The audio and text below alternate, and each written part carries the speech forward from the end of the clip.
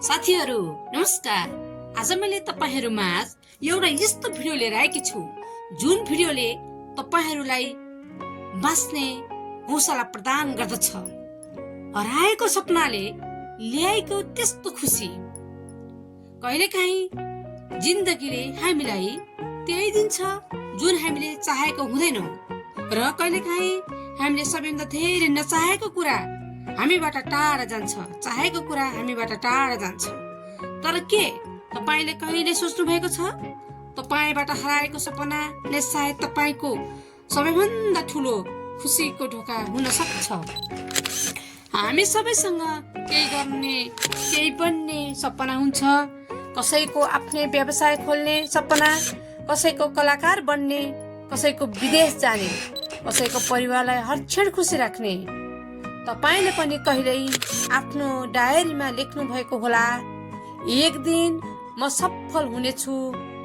तर जीवन सधैँ तपाई हाम्रो योजना अनुसार चल्दैनन्।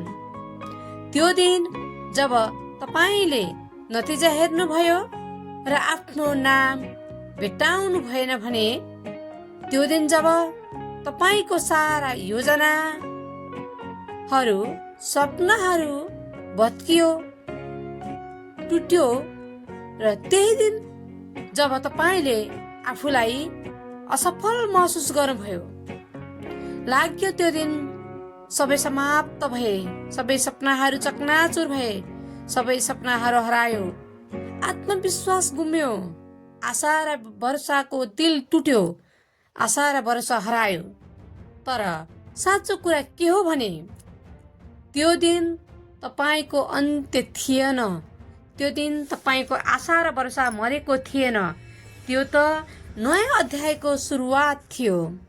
जब सपनाहरू हराउँछ, मानिस आफैसँग भेटिन्छ। तपाईले आफैलाई प्रश्न गर्नुभयो, के म साँच्चै अरूको आशामा, अरूको भरोसामा र अपेक्षामा बाँचिरहेको थिएँ त? अवश्य नै थिएन। कहिलेकाहीँ हामी जुन सपना पछ्याइरहेका हुन्छौँ त्यो हाम्रो होइन, त्यो त समाजले दिएको एउटा सपना हो, समाजले दिएको एउटा रहर हो। हराएको सपनाले मलाई मेरो साँचो पहिचान भेटायो। तर तपाई बिस्तारै बलियो बन्न थाल्नुभयो, घाउ निको हुन थाल्यो, मन शान्त हुन थाल्यो। एक दिन तपाईले सानो सुरुवात गर्नुभयो, ठुलो सपना होइन, एक सानो प्रयास। सायद तपाईले नयाँ सिक्नुभयो, सायद तपाईले आफ्नो सानो काम सुरु गर्नुभयो, सायद तपाईले आफैलाई प्राथमिकतामा दिन थाल्नुभयो, प्राथमिकतामा राख्न थाल्नुभयो। र एक दिन तपाईले महसुस गर्नुभयो, र म अहिले पहिले भन्दा धेरै खुसी छु, धेरै शान्त छु। किनकि अब तपाई कसैको सपनामा बाँचिरहनु भएको थिएन। अब तपाई आफ्नै सत्यतामा बाँचिरहनु भएको थियो।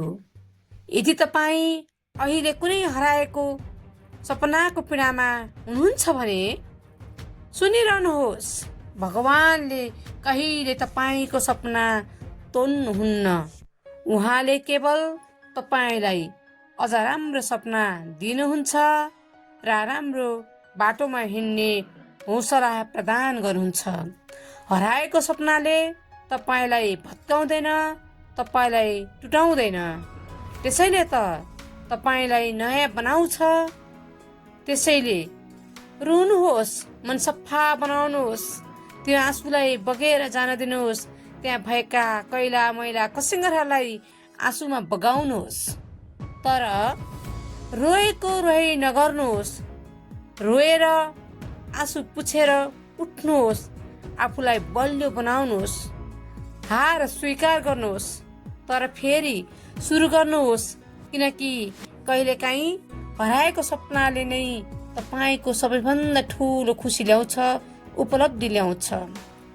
र हजुरहरूलाई यी र यस्तै भिडियोहरू यदि मन पर्छ भने यो भिडियो मनपर्छ भने यस्तै यस्तै भिडियोहरू हेर्नको लागि यस च्यानललाई सब्स्क्राइब र भिडियोलाई लाइक कमेन्ट गर्न नबिर्सनुहोला र सँगै साथै रहेको बेल आइकन घन्टी पनि